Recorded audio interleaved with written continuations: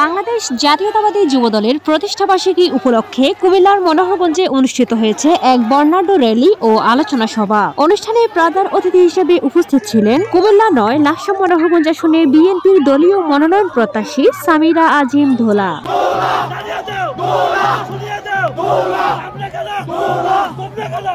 র্যালিটি উপজেলা সদরের প্রধান সড়ক প্রদক্ষিণ শেষে আলোচনা সভাস্থলে এসে মিলিত হয়। এতে যুবদল, ছাত্রদল ও বিএনপির বিপুল সংখ্যক নেতাকর্মী অংশগ্রহণ করে।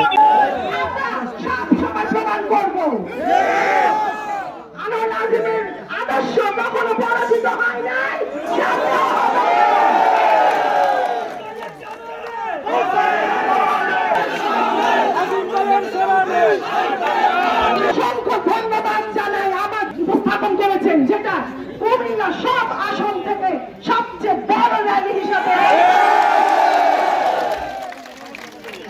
আপনারা মনোহরগঞ্জবাসীর আওয়াজ লন্ডন পর্যন্ত পৌঁছে গেছে। ওরা বলে সামিরা আজিমের মনোহরগঞ্জ থেকে 100% জনপ্রিয়তা আছে। আমার কথা না, এটা নেতাদের কথা। ধন্যবাদ সবাইকে। আপনারা 31 দফা বাস্তবায়নের জন্য আমার সাথে মাঠে থাকবেন। সবাইকে ধন্যবাদ জানিয়ে শেষ করছি। আল্লাহ হাফেজ।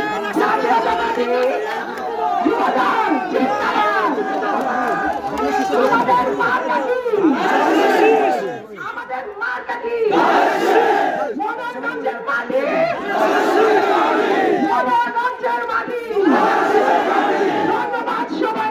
বিশেষ অতিথি হিসেবে উপস্থিত ছিলেন চেয়ারম্যান আব্দুল হাই, চেয়ারম্যান মতিন, মনোহরগঞ্জ উপজেলা বিএনপি নেতা আলী আশরাফ, রফিকুল ইসলাম, জাহাঙ্গীর আলম, যুবদল নেতা সুমন, শেখ ফরিদ, প্রবাসী যুবদল নেতা হারুনুর রশিদ। এ সময় তিনি ইন্টারনেটের মাধ্যমে যুক্ত হয়ে বলেন, সামিরা আজিম দোলার হাতকে শক্তিশালী করতে মনোহরগঞ্জ উপজেলা যুবদলকে ঐক্যবদ্ধ থাকতে হবে। এছাড়া এ সময় আরো উপস্থিত ছিলেন যুবদল নেতা হুমায়ুন, রবিউল ইসলাম, যুব নেতা সাফায়েত, মাসুম, সোহাগ, মাসুদ, জিসান, উপজেলা ছাত্রদল নেতা সাইফুল, মহসিন ভুঁইয়া সহ অন্যান্যরা।